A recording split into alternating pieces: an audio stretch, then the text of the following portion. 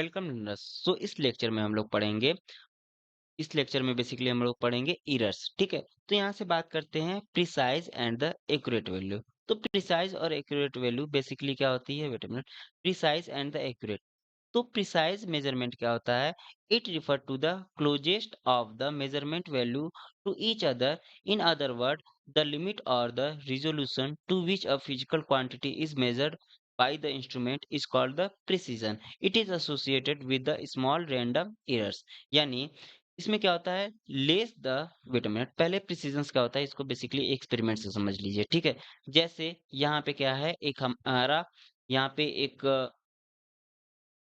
एक यहाँ पे हमने निशाना लगाया। ठीक है, बहुत सारे एरोस थे। ठीक है, तो यहाँ पे सेंटर पे हमें निशाना लगाना था। ठीक, बेसिकली हमारा एम क्या था? ये सेंटर था। लेकिन यहाँ पे हमने यहाँ से एरो से कहाँ पे हमने निशाना लगाया? लेट से ये पॉइंट था हमारा। ठीक, यहाँ पे यहाँ पे यहाँ पे यहाँ पे यहाँ पे, ठीक है, सेंटर में नहीं लगा पाया। तो इसका जो एवरेज बनेगा ना, इस पॉइंट का जो एवरेज पॉइंट बनेगा, ये क्या कहलाएगा हमारा? ये प्रिसाइज वैल्यू कहलाएगी। ये क्या कहलाएगी? Precise value. ओके, और एक एग्जांपल है इसके लिए, जैसे कि ये प्रिसाइज वैल्यू हो गई। ठीक है, अच्छा, एक और एग्जांपल है कि जैसे हमारे बहुत सारे मैंगोज है। ठीक है, ये क्या है? बहुत सारे मैंगोज है। ठीक, तो इसमें से इस मैंगोज की जो फिक्स वैल्यू थी वो 10 रुपीज थी। कितने रुपीज? 10 रुपीज थी। ठीक है, ये फिक्स वैल्यू थी। ओके, लेकिन बहुत सारे लोग आए, इस मैंगो को कितने मिलेगा? इस मैंगो को 5 रुपीज मिलेगा। ठीक है, इस मैंगो को कितने मिलेगा? 6 रुपीज मिलेगा। इस मैंगो को कितने लेगा? यहाँ पे 4 रुपीज मिलेगा। ठीक है, 4 रुपीज मिलेगा। ओके, वेट मिनट, 4 रुपीज ना, 4 रुपीज मिलेगा। इसको कितने मिलेगा? 5.5 रुपीज मिलेगा। ठीक, और यहाँ पे इसको कितने रुपीज मिलेगा? यहाँ पे 5 रुपीज मिलेगा। और यहाँ पे इसको कितने रुपीज़ मिलेगा? लेट्स से इसको भी हम 6 रुपीज़ मिलेगा। ठीक है? तो इसकी जो एवरेज वैल्यू होगी, उसी को हम लोग प्रिसाइज़ वैल्यू कहेंगे। ठीक है? जो एवरेज वैल्यू होगी, उसी को हम लोग क्या कहेंगे? प्रिसाइज़्ड वैल्यू। तो इसकी एवरेज वैल्यू कितनी हो जाएगी? सभी को हम ऐड करके डिवाइड बाय जितना नंबर है उससे डिवाइड कर देंगे, यानी नियर अबाउट आएगा हमारा कितना? ये 5.7 आएगा। ठीक? तो 5 पॉइंट वेट अ मिनट, ये 5.6 आएगा। ठीक है? 5.6 आएगा। तो ये हो गई इसकी प्रिसाइज वैल्यू, यानी एवरेज वैल्यू की नियर अबाउट वैल्यू क्या हो जाती है? हमारी प्रिसाइज वैल्यू हो जाती है। अब हम बात कर लेते हैं क्या, कि यहाँ पे यदि यदि यहाँ पे less the least count of an instrument, यदि किसी सिस्टम का लिस्ट काउंट जितना कम होता है, more is the preciseness in the measurement, यानी मेजरमेंट में उतना ही प्रिसाइजनेस होती है। यानी preciseness is proportion inversely proportional to हमारा लिस्ट काउंट। यहाँ से हम लिख सकते हैं जो प्रिसाइज वैल्यू है, precise is inversely proportional to least count हो जाता है। ठीक है, लिस्ट काउंट हो गया। ठीक, ये हो गया हमारा फार्मूला। ओके, तो ये एक फार्मूला मिला। वेट अ मिनट, कोई रेस कर देते हैं, यहाँ पे लिख देते हैं ना। वेट अ मिनट, यहाँ से हमें क्या मिल जाएगा? यहाँ से एक फार्मूला मिलेगा। वो फार्मूला क्या है? कि less the least count is more the preciseness, यानी प्रिसाइज इज प्रोपोर्शनल टू हमारा इनवर्सली प्रोपोर्शनल टू क्या हो जाएगा हमारा? Least count. लिस्ट काउंट को एलसीबी लिख सकते हैं ना। तो ये हो गया लिस्ट काउंट। ठीक है, ये हो गया हमारा पहला फार्मूला इसके लिए। तो नेक्स्ट हमारा क्या है? इसमें नेक्स्ट क्या है कि precise measurement is not necessarily an accurate measurement. जरूरी नहीं है कि जो प्रिसाइज वैल्यू हो वो एक्यूरेट हमारा मेजरमेंट हो। जैसे कि उस मैंगो का फिक्स प्राइस कितना था? 10 था, लेकिन उसको लोग 5 और 6 रुपीज के नियर अबाउट खरीद के ले गए, तो प्रिसाइज वैल्यू वो उसकी बन गई। ये जरूरी नहीं होता है कि ये हमारा एक्यूरेट वैल्यू हो। ठीक है, तो अब बात आती है कि एक्यूरेट वैल्यू क्या होती है। ओके, सो यहाँ पे एक्यूरेट वैल्यू जो होती है, it is refer to the closest of the measured value to the true value, यानी ट्रू वैल्यू के आसपास की वैल्यू क्या होती है? हमारी एक्यूरेट वैल्यू होती है। It is associated with the small symmetric uncertainty, यानी लेट्स से यहाँ पे फर्स्ट एग्जांपल क्या है कि ये सेम एग्जांपल है कि यहाँ पे सेंटर पे हमें एम करना है। ठीक है, और एरो से बहुत लोगों ने यहाँ पे किया, यहाँ पे किया, यहाँ पे किया, यहाँ पे किया, लेकिन इस एम से जो सबसे क्लोजेस्ट हमारा एम होगा, ठीक है, जिसने लगाया होगा, वही हमारा सबसे ज्यादा एक्यूरेट माना जाएगा। ठीक है, जैसे कि यहाँ पे बहुत सारे मैंगोज थे, ठीक है ना, बहुत बहुत लोगों ने 5-6 रुपीज में खरीदा, लेकिन कोई एक बंदा भी आके इसको 9.5 रुपीज में यदि खरीद ले रहा है, इसकी फिक्स्ड वैल्यू कितनी थी, 10 रुपीज थी ना, तो इसकी 9.5 रुपीज क्या हो जाएगा इसके लिए, एक्यूरेट वैल्यू हो जाएगी। ठीक, तो ये वैल्यू क्या कहलाएगी, एक्यूरेट वैल्यू कहलाएगी, यानी nearest to the true value is known as the accurate value.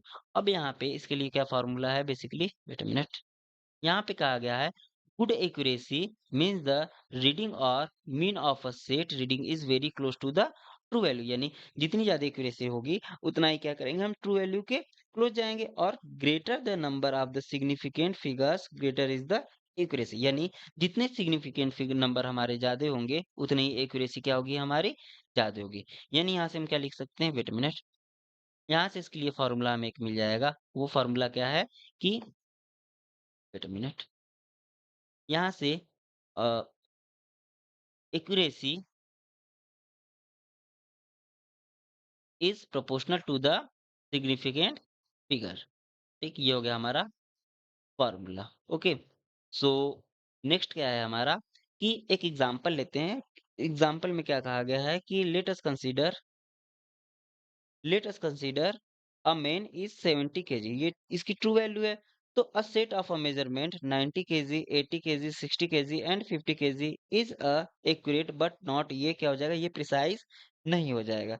ठीक है, the set of a measurement 85.23, 85.25, 80.85.26 KG, ये क्या हो जाएगा हमारा, प्रिसाइज हो जाएगा, लेकिन ये एक्यूरेट नहीं होगा। ओके, तो यहाँ पे the set of a measurement 69.81 KG, 69.94 KG, 70 KG और 75 केजी, ये क्या हो जाएगा हमारा, बहुत एक्यूरेट एंड प्रिसाइज, ये क्या है, दोनों है। ओके, तो यहाँ पे अब हम बात करते हैं एरर की, बेसिकली। ठीक है, errors in a measurement, errors in a measurement क्या होता है हमारा, कि the different between the true value and the measure value, यानी कि ट्रू वैल्यू और मेजर्ड वैल्यू में जो डिफरेंस होता है, वही क्या कहलाता है, एरर ऑफ द मेजरमेंट, उसी को हम लोग कहते हैं is known as the error of the measurement.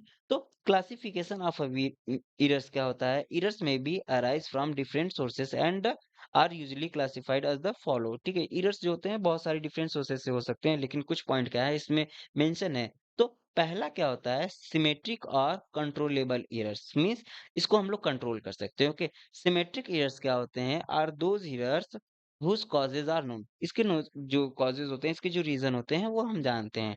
They can be either positive, ये पॉजिटिव भी हो सकते हैं, ये निगेटिव भी हो सकते हैं। Due to the known causes this errors can be minimized, तो यदि हम इसका रीजन, एरर्स का रीजन जानते हैं, तो इसको हम लोग क्या कर सकते हैं, मिनिमाइज भी कर सकते हैं। तो सिमेट्रिक एरर्स जो है वो फर्दर हमारे क्लासिफाइड है 3 कैटेगरीज में। पहला क्या आता है, इंस्ट्रूमेंटल एरर्स। इंस्ट्रूमेंटल एरर्स क्या होते हैं, these errors are due to the imperfect design और एररनेस मैन्युफैक्चर और मिस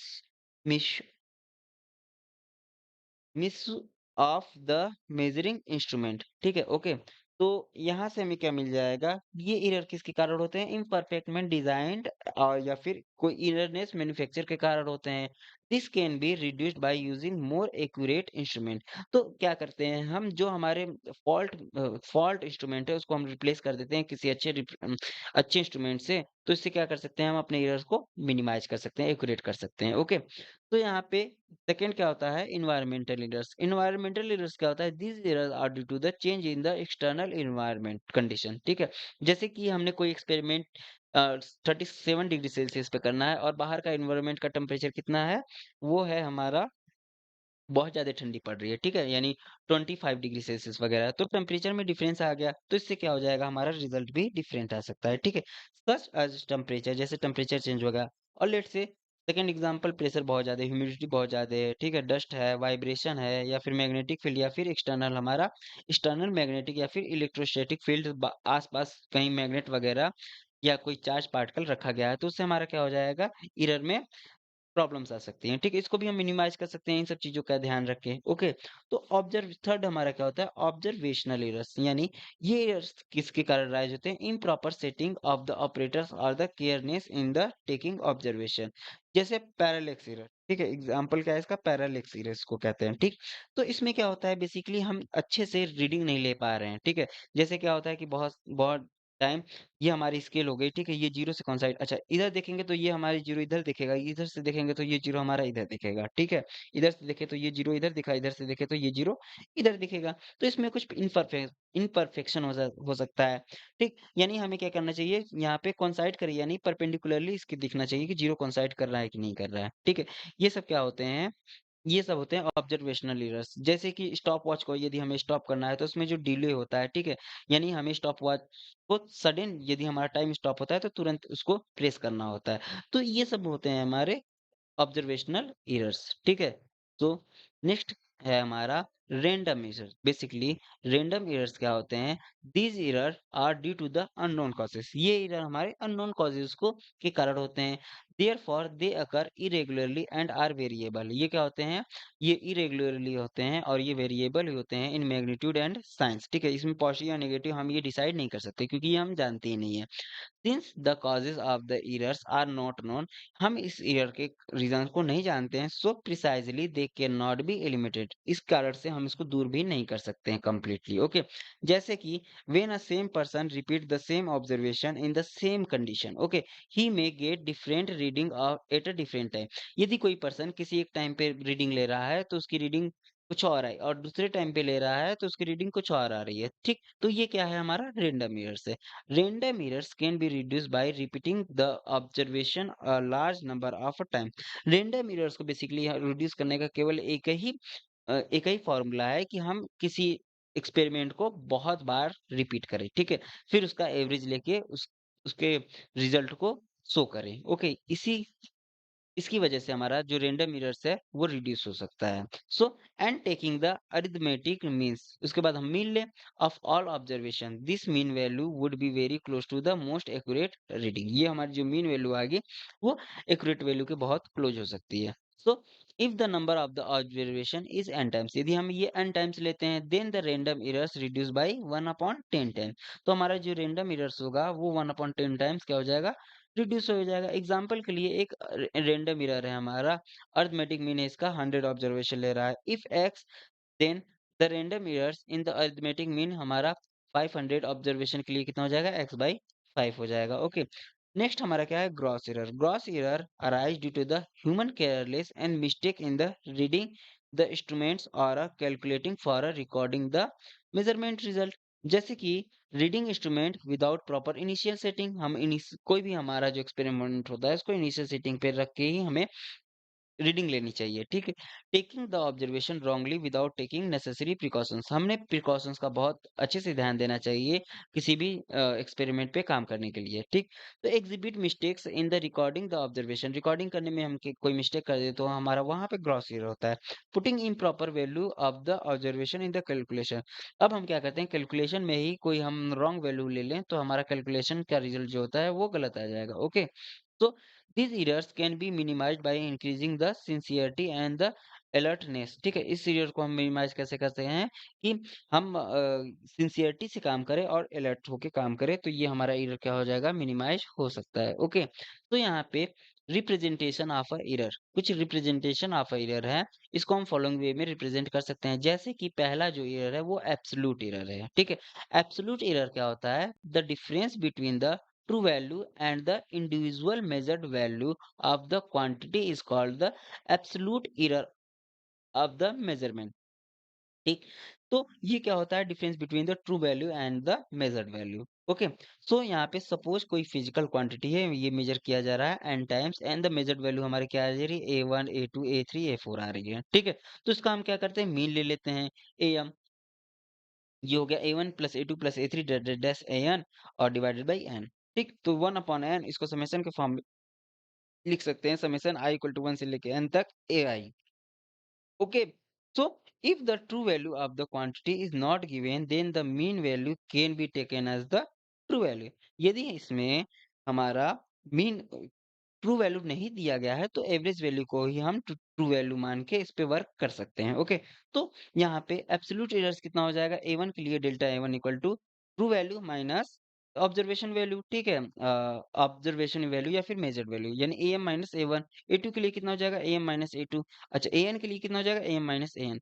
अब यहाँ पे the arithmetic mean of the all absolute error is defined as the final और फिर मीन एब्सोल्यूट एरर्स, ठीक है? तो मीन एब्सोल्यूट एरर क्या होता है? इन एरर्स का हम क्या करते हैं मीन ले लें, इन एरर्स का हम मीन ले लेते हैं तो वो हमारा क्या कहलाता है मीन एब्सोल्यूट एरर्स, यानी इसको क्या किससे रिप्रेजेंट कर सकते हैं डेल्टा एएम से रिप्रेजेंट कर सकते हैं या फिर डेल्टा ए बार से रिप्रेजेंट करते हैं, ठीक है? तो डेल्टा एएम कितना हो जाएगा इन एब्सोल्यूट एरर का, ये हमारा सम कर लेंगे और डिवाइडेड बाय एन से कर देंगे तो ये इसको हम क्या रिप्रेजेंट कर सकते हैं 1 अपॉन एन और समेशन आई इक्वल टू 1 से लेके मॉड ऑफ डेल्टा एआई, ठीक है? ये पॉजिटिव नेगेटिव दोनों में आ सकते हैं, केवल हमें इसलिए इसका क्या कर सकते हैं हम मॉड ले लेंगे, ठीक है? ताकि पॉजिटिव में ये आए। इफ तो if the measured value of the quantity is a, यदि हमारा मेजर्ड वैल्यू कितना है ए है and the errors in the measurement कितना है डेल्टा ए है, तो हम उसको कैसे रिप्रेजेंट कर सकते हैं? हम उसको रिप्रेजेंट कर सकते हैं A equal to A plus minus delta A से रिप्रेजेंट कर सकते हैं, यानी ए क्या है उसका मेजर्ड वैल्यू है और उसमें डेल्टा ए का एरर होता है, तो किसी भी वैल्यू को हम ए इक्वल टू ए, यहाँ पे ये जो फाइनल वैल्यू है ये इसको हम ट्रू वैल्यू को A equal to A plus minus delta A T, ठीक है? ये ट्रू वैल्यू है ना, तो A T equal to A plus minus delta के टर्म्स में रिप्रेजेंट किया जा सकता है इसको, ठीक है?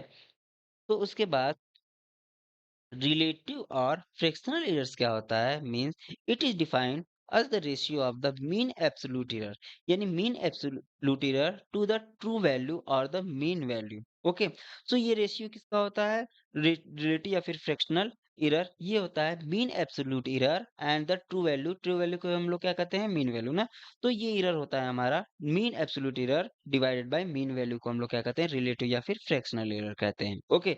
सो यहाँ पे when the relative error is expressed in the percentage is known as the percentage error, यदि हम इसको परसेंट के फॉर्म में चेंज कर दिए तो ये हमारा क्या होता है परसेंटेज एरर क्या होता है, ठीक है? तो percentage error equal to relative error multiply by 100, तो यहाँ से परसेंटेज एरर इक्वल टू कितना आ जाएगा हमारा रिलेटिव एरर क्या है mean absolute error divided by true वैल्यू और मल्टीप्लाई बाई 100, इसको क्या लिख सकते हैं डेल्टा ए का average divided by A multiply by 100, ये हो गया हमारा परसेंटेज एरर का formula, okay?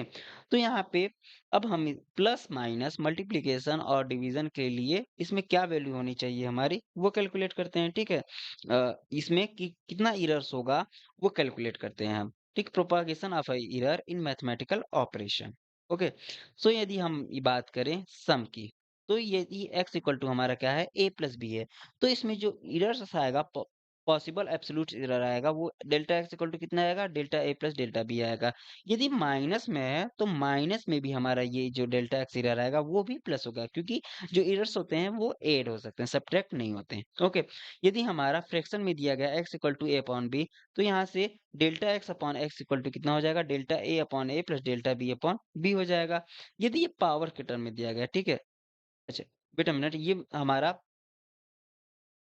Wait a minute, ये डिवाइड के टर्म में दिया गया है ना, यदि x इक्वल टू हमारा क्या हो ए बी हो, तो इसके लिए भी फार्मूला क्या होता है हमारा delta x by X equal to कितना मिल जाएगा delta A by A plus delta B by B, इसके लिए भी सेम वैल्यू मिलेगी, ठीक है? मिनट, इसके लिए भी यही वैल्यू मिलेगी, ओके? मल्टीप्लिकेशन के लिए मल्टीप्लिकेशन और डिवीजन के लिए सेम होता है और एडिशन और सब्ट्रैक्शन के लिए भी क्या होता है सेम होता है। तो multiplication x equal to A B है तो इसमें जो एरर होगा relative error delta X upon X equal to कितना हो जाएगा delta A upon A plus delta B upon B, और डिवीजन के लिए भी यही सेम होगा, ठीक है? यानी एरर्स को ऐड करेंगे केवल, ठीक? यदि x इक्वल टू ए की पावर n है, अब क्या है ये पावर के टर्म्स में ना, यदि x इक्वल टू ए की पावर n में है तो डेल्टा एक्स अपॉन एक्स क्या हो जाएगा ये जो पावर होती है वो बगल में आ जाएगी हमारी और डेल्टा ए बाई ए हो जाएगा, ठीक है? यदि हम हमारा ये डिफरेंट फ्रैक्शन के टर्म्स में है यानी x इक्वल टू ए की पावर n b के पावर m और c के पावर p में, तो यहाँ पे जो रिलेटिव एरर्स होगा वो कितना हो जाएगा delta x upon x equal to power बगल में और डेल्टा a बाई है, ठीक है? प्लस पावर बगल में delta b by b plus power बगल में डेल्टा c बाई c, यानी ये केवल प्लस में ही होगा, माइनस में हम इसको नहीं लिखेंगे, चाहे डिवीजन में हो चाहे सब्ट्रैक्शन में हो, ओके? तो यहाँ पे यदि x की वैल्यू log e ए दी गई है तो यहाँ से हमारा जो एरर होगा वो कितना हो जाएगा इसका डिफरेंशिएट कर देते हैं, यानी delta X by X equal to कितना मिल जाएगा हमें ये 1 अपॉन एक्स, क्या मिलेगा यहाँ से 1 अपॉन एक्स, यदि x equal to log A दिया गया है तो इसके लिए हमारा delta X by X equal to 1 upon X delta A by A, इसके लिए क्या हो जाएगा हमारा एरर हो जाएगा, ओके? सो यहाँ पे कुछ एग्जांपल सॉल्व कर लेते हैं, जैसे कि इस ऑब्जर्वेशन में एक following observation were taken with a vernier callipers. Vernier calliper से हमारा कुछ ऑब्जर्वेशन लिया गया while measuring the length of a cylinder. ये कितना आएगा इसका length? 3.29 centimetre, 3.28 centimetre, 3.29 centimetre, 3.31 centimetre, 3.28 centimetre, 3.27 centimetre, 3.29 centimetre, 3.30 centimetre आया। Then find the most accurate length of the cylinder. तो यहाँ से कितना हो जाएगा? Most accurate length of the cylinder यानी मीन वैल्यू। एक्यूरेट को हम क्या करते हैं? मीन लेंथ कह सकते हैं, ठीक है? तो एल बार निकाल लेंगे, तो इसका जब एवरेज निकालेंगे यानी पूरा सम कर देंगे डिवाइड बाय जितना नंबर है उससे जितना terms number of times experiment किया गया है उससे डिवाइड कर देंगे, तो इसकी वैल्यू कितनी आ जाएगी? 3.28875 सेंटीमीटर आ जाएगी, ठीक? यानी इसको हम क्या करेंगे? राउंडिंग ऑफ कर लेंगे, क्योंकि यहाँ पे 3 डिजिट होनी चाहिए ना, ओके? तो यहाँ से 3 डिजिट यानी 3.29 सेंटीमीटर आ जाएगा हमारा, राउंडिंग ऑफ कर लिया हमने। अब यहाँ पे फर्स्ट रीडिंग में एब्सोल्यूट एरर कितना आ जाएगा? ये आ जाएगा हमारा मीन वैल्यू माइनस यहाँ पे रीडिंग वैल्यू, ठीक है? तो mean value minus reading value ये आ जाएगा 0.00 सेंटीमीटर, ठीक है? अब यहाँ पे सेकंड रीडिंग के लिए 3.29 माइनस 3.28 आ जाएगा, ये यहाँ पे आ जाएगा। ऐसे ही हम सब कैलकुलेट कर लेंगे, ठीक है? सब कैलकुलेट करने के बाद यहाँ पे क्या करते हैं? मीन एब्सोल्यूट एरर निकालेंगे। मीन एब्सोल्यूट एरर क्या हो जाएगा? ये जो हमारा रीडिंग आया था, ठीक है? एब्सोल्यूट एरर्स आया था divided by number of times 8 से डिवाइड कर देंगे। ये हमें मिल जाएगा कितना? 0.01 सेंटीमीटर। अब रिलेटिव एरर ऑफ लेंथ कितना हो जाएगा? Delta L bar upon L L बार हो जाएगा। तो डेल्टा एल बार की वैल्यू कितनी आई थी? 0.01 आई थी, और एल बार की वैल्यू 3.29 आई थी, तो यहाँ से कितनी वैल्यू हो जाएगा? 0.003 हो जाएगा। परसेंटेज एरर के लिए हम क्या करेंगे? मल्टीप्लाई बाई 100 कर देंगे रिलेटिव एरर्स में, और ये हमें कितना मिल जाएगा यहाँ से? 0.003 मल्टीप्लाई बाई 100 यानी ये कितना आ जाएगा? 0.3% आ जाएगा, ठीक है? उसके बाद यहाँ से हम क्या करेंगे? Wait a minute. उसके बाद हम क्या करेंगे? यहाँ पे लेंथ हमारा एल कितना है? यहाँ पे इसको फॉर्मूले में कन्वर्ट करना है, तो ये कितना हो जाएगा?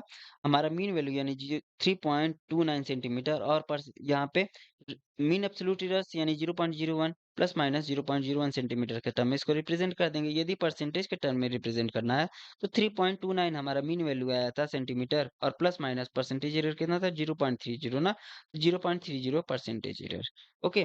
तो ये हो गया हमारा सॉल्यूशन इस क्वेश्चन के लिए। तो यहाँ पे नेक्स्ट क्वेश्चन देख लेते हैं। इस क्वेश्चन में क्या कह रहा है बेसिकली कि एक थिन कॉपर वायर है हमारी, क्या है? एक थिन कॉपर वायर जिसकी लेंथ हमारी एल है और इंक्रीज की गई कितनी? 2%। व्हेन हीटेड T1 से T2 तक हीट किया गया तब के लिए, ठीक है? If copper cube having side 10L है और ये T1 से लेके T2 तक हीटेड किया जा रहा है, तो यहाँ पे परसेंटेज चेंज कितना हो जाएगा? एरिया में और वॉल्यूम में। तो यहाँ से एरिया कितना हो जाएगा इसका? A इक्वल टू 10L हो जाएगा, ठीक है? तो एरिया कितना हो जाएगा हमारा? 10L, और मल्टीप्लाई बाई 10L ना, 10L मल्टीप्लाई बाई 10L हो जाएगा, ठीक है? लेंथ इंटू लेंथ, ठीक? उसके बाद यहाँ पे 10 इंटू 10 हो गया, ठीक है? तो यहाँ से 100 एल स्क्वायर मिल गया। परसेंटेज एरिया चेंज कितना हो जाएगा? Delta A by A multiply by 100 multiply by 100, ठीक है? तो यहाँ से हो गया मल्टीप्लाई बाई 100। इसकी वैल्यू कितनी आएगी? 2, और डेल्टा एल बाई एल आ जाएगी, और 2 डेल्टा एल बाई एल, ठीक है? और ये कितना हो जाएगा? मल्टीप्लाई बाई 100 हो जाएगा, ठीक है? एल स्क्वायर था ना, तो बड़ी पावर बगल में, और डेल्टा एल बाई एल, ठीक? तो यानी 2 मल्टीप्लाई बाई लेंथ में कितना परसेंटेज था हमारा? 2% था, यानी ये क्या हो जाएगा? मल्टीप्लाई कर देंगे 2 से तो 4%। ये हो गया हमारा फाइनल आंसर। अब वॉल्यूम की बात कर लेते हो, तो लेंथ इंटू लेंथ मिल जाएगा, यानी 1000 एल क्यूब मिल जाएगा, और ये कितना हो जाएगा? Delta V by wait a minute, delta V by V multiply by 100, और ये बड़ी पावर बगल में आ जाएगी, यानी एल क्यूब होता है ना, तो बड़ी पावर बगल में, यानी 3, और डेल्टा एल बाई एल मिल जाएगा, और मल्टीप्लाई बाई हमारा परसेंटेज में चाहिए तो मल्टीप्लाई बाई 100, और डेल्टा एल बाई एल में कितना परसेंटेज एरर था? 2 का, तो ये कितना हो जाएगा? 2 3 जा 6 परसेंटेज एरर हमारा आ जाएगा, ठीक है? तो यहाँ पे कंक्लूजन क्या है कि the maximum percentage change will be observe in the volume lesser in the area, and least minimum change will be observe in the radius length और रेडियस, ओके? सो यहाँ पे हमें लिस्ट काउंट बताना है, ठीक है? लिस्ट काउंट बेसिकली क्या होता है कि the smallest value of a physical quantity which can be measure accurately with an instrument is called as the least count, ठीक है? यानी किसी भी इंस्ट्रूमेंट से सबसे मिनिमम वैल्यू जो एक्यूरेट मेजर की जा सकती है, उसी को हम लोग क्या कहते हैं, लिस्ट काउंट। तो लेट्स से लिस्ट काउंट हमारा वर्नियर कैलिपर्स के लिए कितना होगा? ओके, तो लिस्ट काउंट वर्नियर कैलिपर्स के लिए यदि हम यहाँ पे, ये हो गया हमारा क्या, वर्नियर कैलिपर्स। ओके, तो वर्नियर कैलिपर्स में दो स्केल होते हैं, एक मेन स्केल, ये वाला हमारा क्या हो जाएगा, ये मेन स्केल है, ठीक है। तो इसको कहते हैं मेन स्केल डिवीजन, एमएसडी। ठीक, इसकी कितनी होती है, इसकी एम यूनिट होती है। और दूसरा क्या होता है, वर्नियर स्केल डिवीजन होता है, ठीक है। तो यहाँ पे ये क्या हो गया हमारा, ये जो छोटा वाला दिख रहा है ना, इसको कहते हैं हम लोग वर्नियर स्केल डिवीजन, यानी वीएसडी, ठीक है। और इसकी यूनिट इज वी यूनिट होती है, ठीक है। And also let the length of a main scale division is equal to the length of a B. Vernier scale division के लिए कितना हो जाएगा हमारा, A M equal to B V, ठीक है। तो वी इक्वल टू कितना मिल जाएगा हमें, ए बाई बी, में एम मिल जाएगा, तो M minus V equal to हमारा क्या आ जाएगा, M minus A by B M हो जाएगा, यानी B minus A by divided by B M हो जाएगा, ठीक है। तो यानी एम माइनस वी क्या हो जाएगा, यहाँ पे वर्नियर कांस्टेंट वीसी कहते हैं, इसको क्या कहते हैं, वीसी कहते हैं। तो लिस्ट काउंट इक्वल टू क्या हो जाएगा, एम माइनस वी, यानी B minus A divided by B multiply by M होता है, ठीक है। तो यहाँ से हमें क्या मिल जाएगा, एग्जाम्पल के लिए सॉल्व कर लेते हैं कि on centimetre on the main scale of a vernier callipers is divided into 10 equal parts. अब यहाँ पे वर्नियर कैलिपर्स है 10 इक्वल पार्ट में डिवाइड किया गया है, ठीक है। यदि 20 division of the vernier scale coincide with the 8 small division of a main scale, okay, what will be the least count of the callipers. ठीक, वर्नियर कैलिपर्स का लिस्ट काउंट कितना हो जाएगा, तो यहाँ से 20 division of the vernier scale, ठीक, equal to कितना है, 8 division of the main scale, यानी 1 वीएसडी इक्वल टू यहाँ पे कितना हो जाएगा, 8 division of the main scale, यानी 8 अपॉन 20 एमएसडी हो जाएगा, ठीक है। यहाँ से क्या करेंगे, 20 को इधर भेज दिया तो 8 अपॉन 20 एमएसडी हो जाएगा, यानी 2/5 एमएसडी आ गया। अब लिस्ट काउंट कितना होता है, 1 एमएसडी माइनस 1 वीएसडी, ठीक है। 1 एमएसडी हो गया, 1 वीएसडी की वैल्यू कितनी है, 2/5 एमएसडी है, तो 1 माइनस 2/5 एमएसडी आ गया यहाँ से। ये कितना आ जाएगा हमारा, 3/5 एमएसडी, और ये 3/5, अच्छा। मेन स्केल की जो लिस्ट काउंट होती है, हमेशा याद रखिएगा, मेन स्केल की जो लिस्ट काउंट होती है वो 0.1 सेंटीमीटर होती है, ठीक है। तो 3/5 और मेन स्केल डिवीजन कितना है, 0.1 सेंटीमीटर। तो इसको कैलकुलेट करेंगे तो हमें कितना मिल जाएगा, 0.06 सेंटीमीटर, ठीक है। ये हो गया हमारा फाइनल आंसर। तो यहाँ से फॉर ऑब्जेक्टिव क्वेश्चन के लिए हम कैसे यूज कर सकते हैं इसको, least count equal to M minus V equal to B minus A upon B multiply by M. B की वैल्यू कितनी थी, 20 थी, और ए की वैल्यू 8 थी, और डिवाइडेड बाई 20, और यहाँ पे मेन स्केल डिवीजन 1/10 होता है सेंटीमीटर, तो ये कितना आ जाएगा, 3/5 सेंटीमीटर, ये कितना आ जाएगा, 0.06 सेंटीमीटर। इसको इन शॉर्ट हम लोग वन लाइन में ऐसे सॉल्व कर सकते हैं, ओके। तो यहाँ पे नेक्स्ट क्वेश्चन है क्या, नेक्स्ट टॉपिक है हमारा जीरो एरर्स, ओके। तो बेसिकली जीरो एरर्स क्या होता है, if there is no object between the jack, ठीक है। यदि अब जैक के बीच में, ये जो जैक है हमारा, इसको कहते हैं जैक, ठीक है, इसके बीच में कोई ऑब्जेक्ट ना हो, तब यहाँ पे द जैक और इन द कॉन्टेक्ट, ठीक है, ये क्या है, जैक हमारे कॉन्टेक्ट में हो, ठीक। The vernier should give zero reading, यहाँ पे जीरो हमारा मेन स्केल का और वर्नियर स्केल का जो जीरो है ना, वो एक दूसरे से कोइंसाइड करना चाहिए। But due to the some extra material on the jaw और बेंडिंग ऑफ द जेग, यदि हमारा क्या हो जाएगा, जेग के बीच में मान लीजिए ये बैंडिंग हो गई, या फिर कुछ इरर्स ही आ गया लेट से, तो ये क्या होता है कि ये no object between the jaw, it give some excess reading, ये क्या देता है हमारा, एक्सेस रीडिंग देता है, ओके। तो this excess reading is called zero errors, इस एक्सेस रीडिंग को हम क्या कहते हैं, जीरो एरर्स, ठीक है। जैसे कि मान लीजिए इसका जीरो कॉन्साइड कहाँ कर रहा है, ये 3 से कर रहा है ना, तो एक्सेस रीडिंग कितनी मिलेगी हमें, 0.3 mm मिलेगी, ठीक है। तो यहाँ से लेट से अब ये क्या है, हमारा ऑब्जेक्ट है, ठीक है। तो ऑब्जेक्ट की वैल्यू हमें कितनी मिल जाएगी, मान लीजिए 13.8 आ रहा था, तो एक्सेस वैल्यू कितनी मिली हमें, 0.3। तो यहाँ से क्या कर देंगे, 0.3 इसको माइनस कर देंगे, तो हमारा ये एक्यूरेट वैल्यू आ जाएगा 13.5 आ जाएगा, ठीक है। तो object value minus excess reading value, zero errors. तो इसका फॉर्मूला क्या होता है कि actual reading equal to observe reading minus extra reading, ठीक है। ये क्या होता है, actual reading equal to observe value, object reading minus the excess reading, जो हमारा जीरो एरर्स था, वो फार्मूला इसके लिए हो गया basically.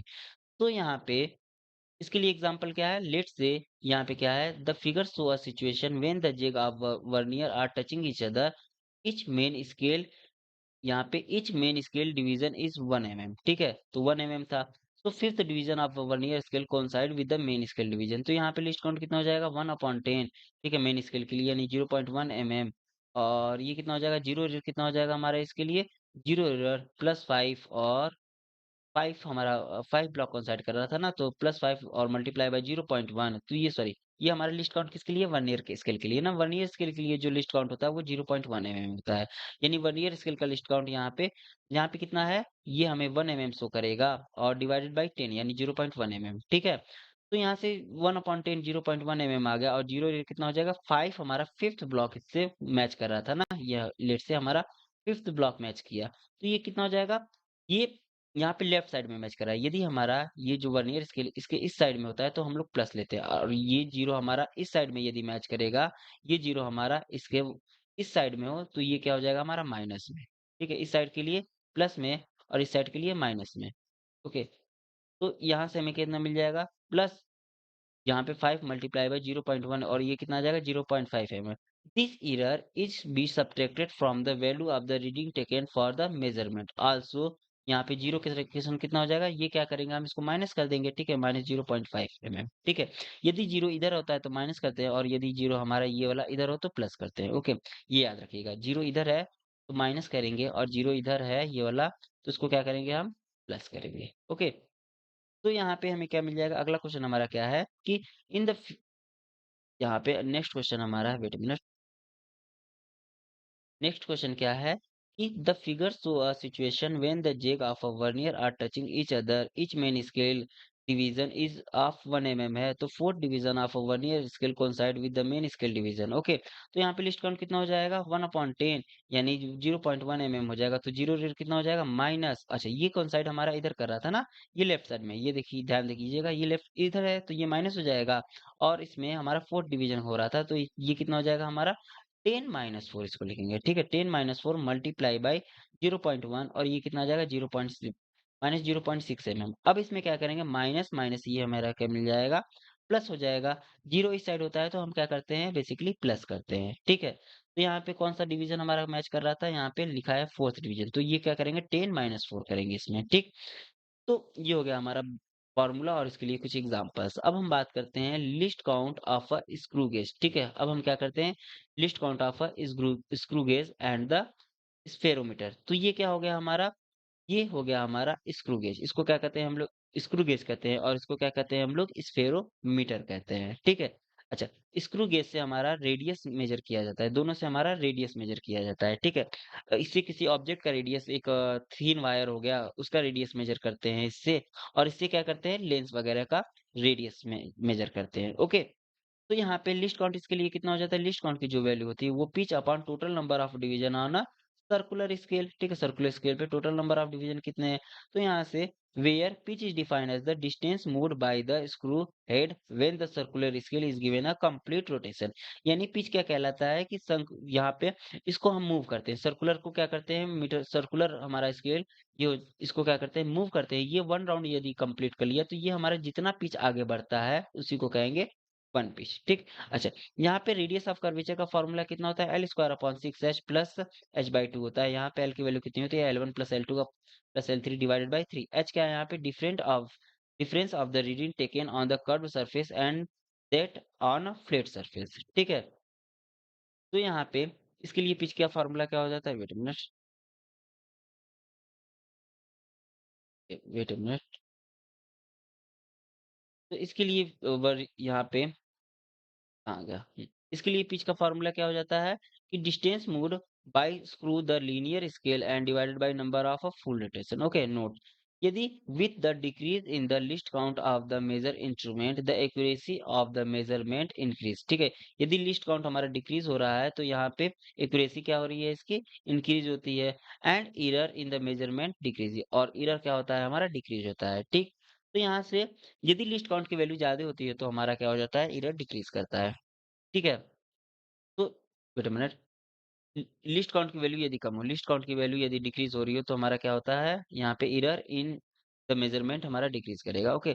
Precision in a measurement, precision measurement में क्या होता है? The precision is a measurement it determine the least count of the least count of a measuring instrument, the smaller the is the least count the larger is the precision. ये पहले पढ़ा चुके हैं। और एक्यूरेसी क्या होती है? Accuracy is an instrument represent the closeness to of the measured value to a actual value, ये भी पढ़ा दिए हैं। और हमारा जीरो एरर क्या होता है? If there is no object between the jack the jag are in contact, the screw gauge should give the zero reading, but due to the extra material on jag, even if there is a no object, it gives some excess reading. ये क्या कहलाता है? excess reading ही हमारा zero errors कहलाता है.